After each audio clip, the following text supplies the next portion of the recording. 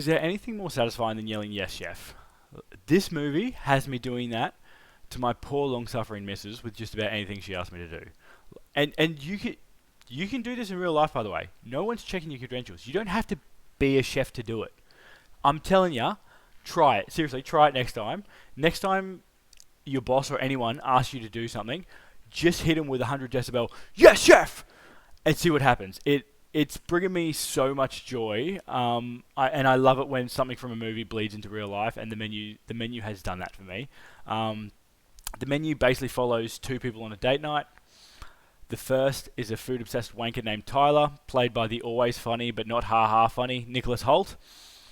And the second is the down to earth, lower class, no nonsense Margot, played by Anya Taylor Joy, who she has the eyes so kind that they should be on a baby cow. Like, they are enchanting. Um, you knew she was going to be a star as soon as you saw her. She's just got. There's something about those baby cow eyes. It's weird. She looks amazing.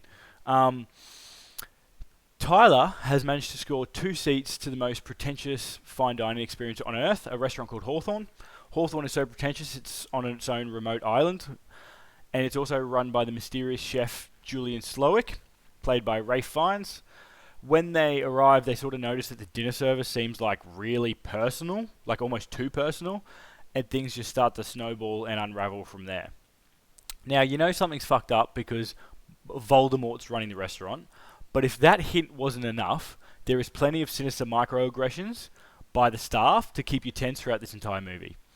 This is an amazing psychological thriller. It's also an amazing takedown of fine dining culture, which I love because I fucking take it personally when I pay $40 for a pasta dish and I can finish it before the waiter leaves the table. I paid you to feed me. I shouldn't have to swing by a kebab shop on the way home just to feel full. Like, please, sir. I had to remortgage my house to afford these appetizers. Just give me enough so that I can share them with my partner.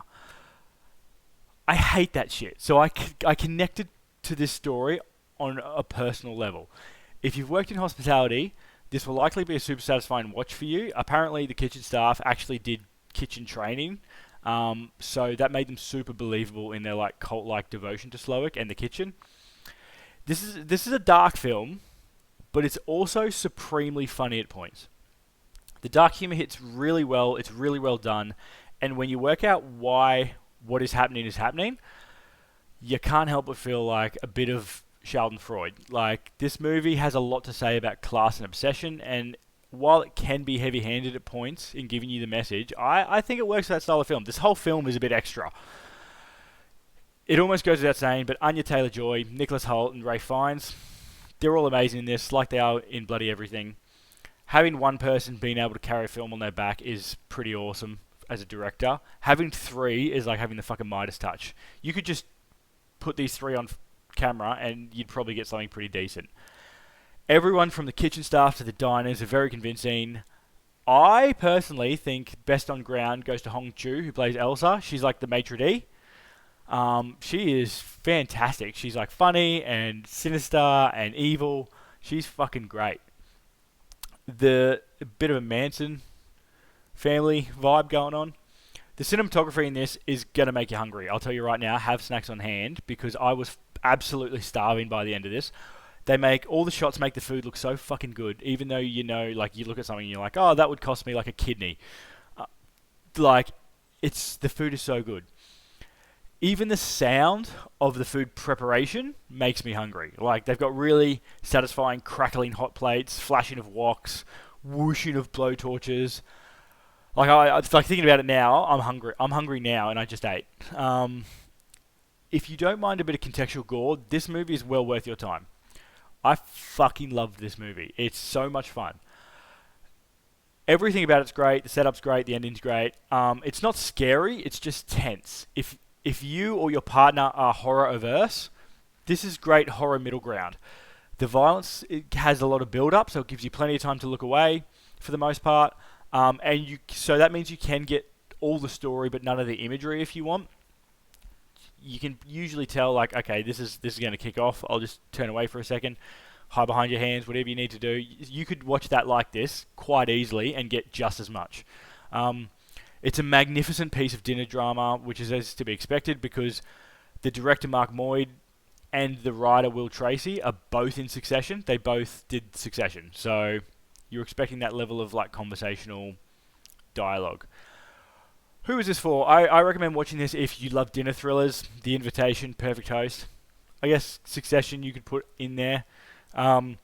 If you've ever had to swing by a Macca's after a fine dining experience because they only gave you enough food to power you to get up and pay the bill, this is cathartic for that.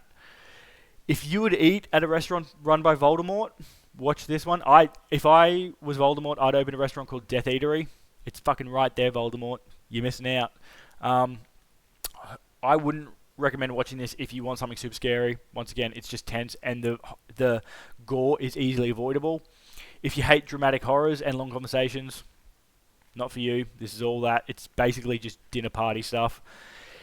If you're too scarred by hospitality to watch anything with demanding customers or over-the-top chefs, probably stay away from this one. This will trigger you. But I fucking love this movie. Movies are so good at the moment. Fuck, I love movies. Like, if you like thrillers, this should go right to the top of your list. Don't fuck about. Put this right at the top. It's come out this year, so it's fairly recent. If you do watch it, let me know what you think. I reckon it's a pretty safe bet, to be honest. I'm pretty confident recommending this across the board to anyone. Even if you're not a horror fan per se, it's pretty accessible and it's fucking great. As always, thanks for watching. I appreciate the fuck out of you. See you tomorrow for another review. Peace.